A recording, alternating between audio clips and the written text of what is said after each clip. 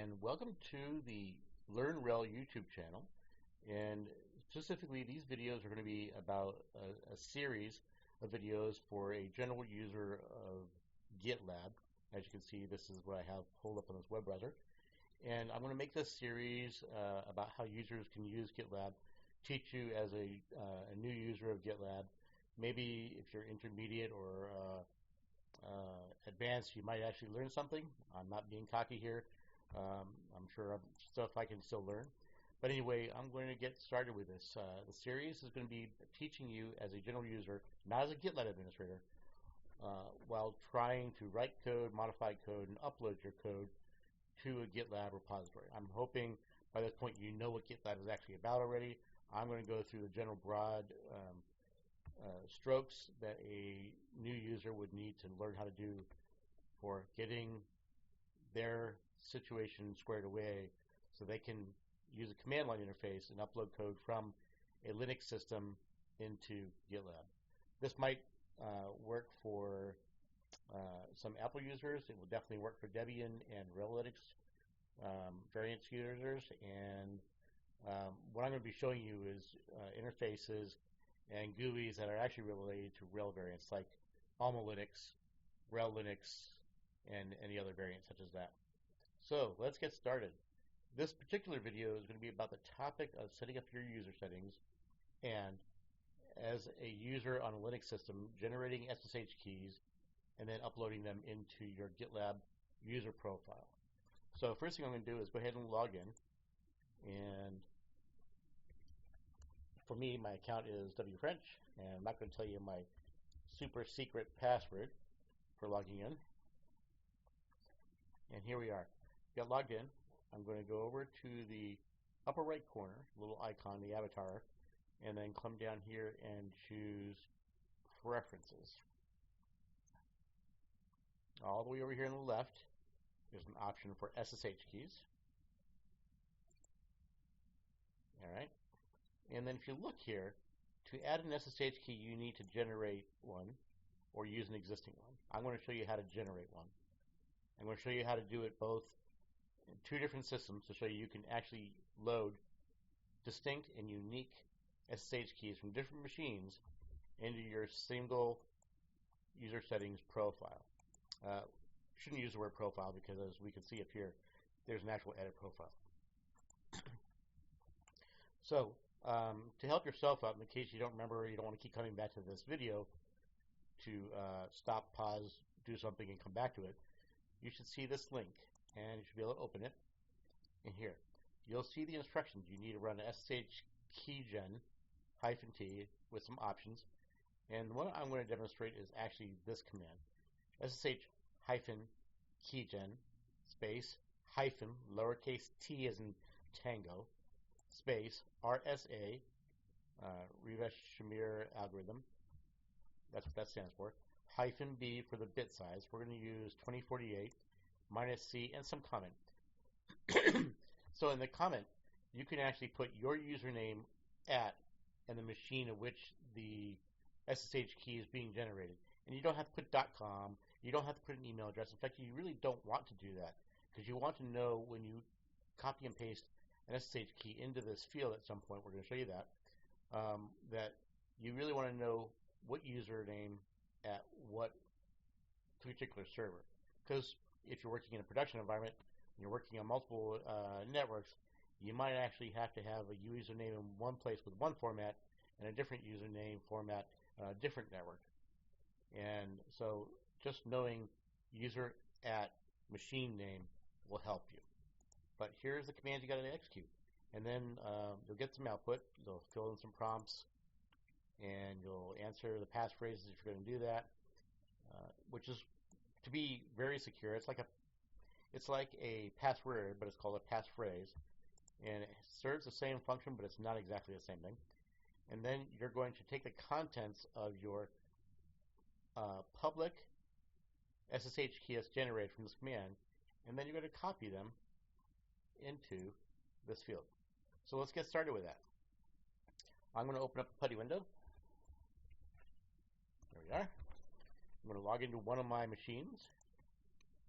And this is not the same user as this. This is actually a different machine, and it just happens to have the same string and spelling for username, just because I'm trying to keep this video very simple.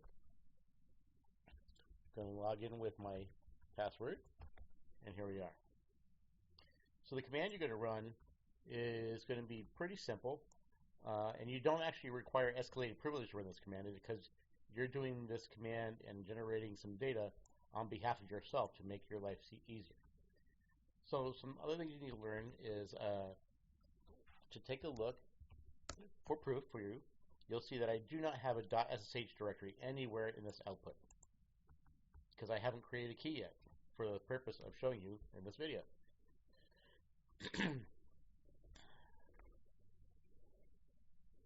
So we're going to do the SSH-keygen space -t RSA space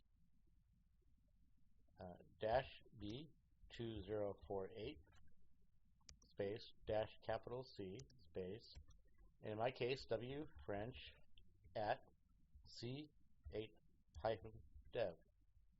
I don't need the .com. I don't really need a domain. I'm just keeping it simple so I can tell you this user at this machine. It's that simple. You're going to hit the enter key, and then you're going to be prompted for where do you want to store your public and private key. In reality, it's only asking you about your private key. There's no .pub, and you'll see the difference when we get that far. So in my case, I'm going to store it in the typical Linux default location, which is under the user home directory, .ssh subdirectory, ID RSA. Hit the enter key. Now you're going to be challenged for that passphrase, which was what we saw referenced in this documentation.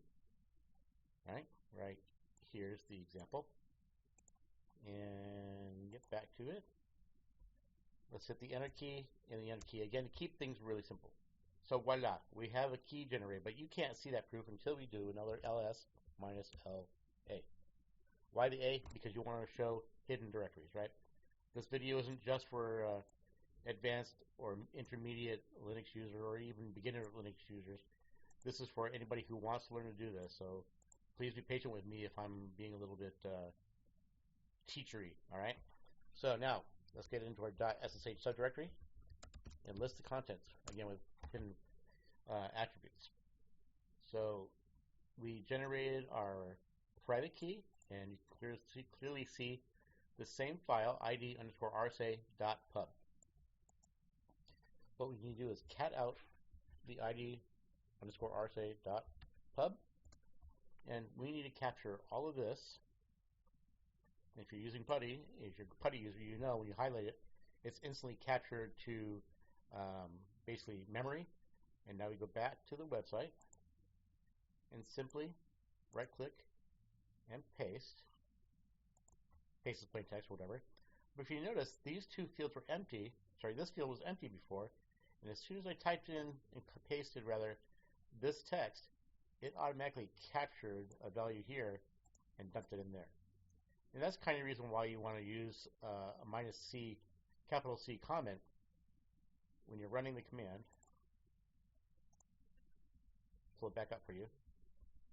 That's why you want to use a -C, but specify comment where it's username on your username on this particular machine. All we have to do now is hit the add key. Alright. And so we have our first key loaded. You can delete it, but why do that? We just loaded it.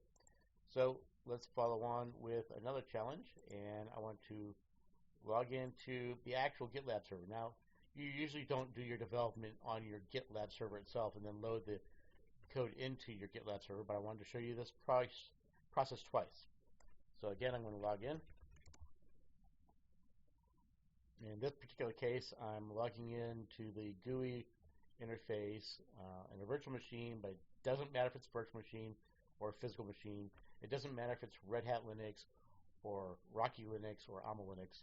This should work the same no matter what. This command should work the same. Just take a moment here. Hopefully the GUI interface will load up quickly.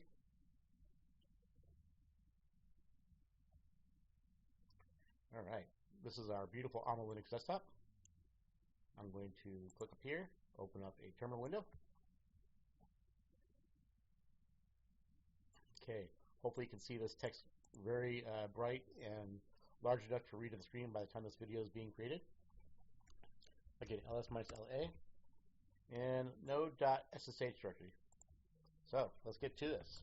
SSH-keygen space -t rsa space -b 2048 -C space double quotes.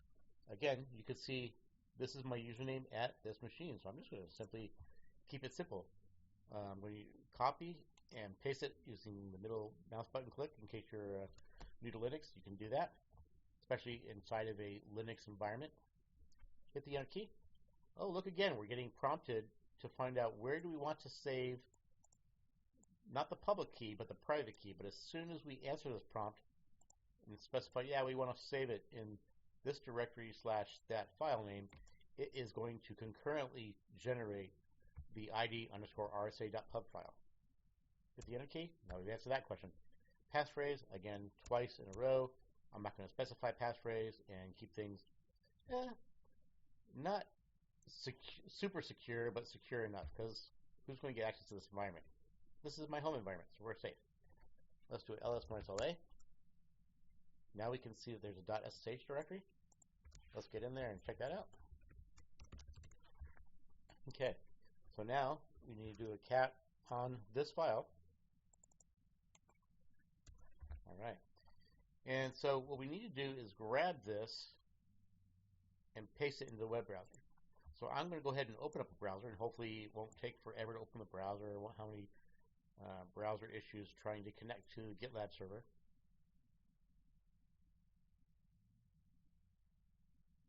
Because this browser session is on my Windows machine, and this browser is inside the Linux environment.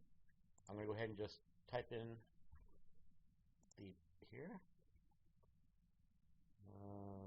Okay, open this up. I've already got my username and password typed in and saved already, which is not something very normal I do. Upper right corner again, go to Preferences, and just like it was in Windows, we're going to come over here to the left, and we're going to look for the SSH keys. Now, as you can see, it's just a key. So here in the bottom left, you can click the double arrow prompt. It now expands so you can read the text associated with the icon. All right. Scroll down. Again, there's your generate one in case you need to open up a tab and see the instructions in the same place. Totally up to you. I'm going to go back to the terminal, and I'm going to grab all of this text right here. I'm going to right click because I'm inside of Linux now. I have to do that. Do a copy. Click on the browser. I'm going to expand the browser to full size on the screen again. Right click, and this typically starts with, again, see this field's empty. Right click and do a paste. Voila, boom, bam. There's the double French at 88-getserve, and it's automatically populated in there. If I change this, it's not actually changing that. I'll put a 1 here, and let's hopefully see the same thing. Yep, so I added a 1, it's not there. I don't really care to do that. I'm not going to have this certificate expire. I'm going to go ahead and add the key. And by the time this is done, we should see a listing of 2 keys. Alright, let's go back. Let's click on this link.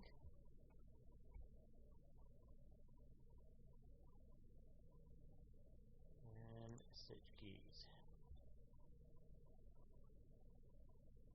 There we go. Scroll to the bottom.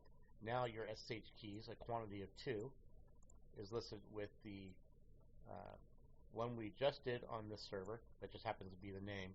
You don't see it because the IP address is here in the browser. And this is the other one, the first one that we generated. And there we are. We are now done with the entire video. Thank you for watching.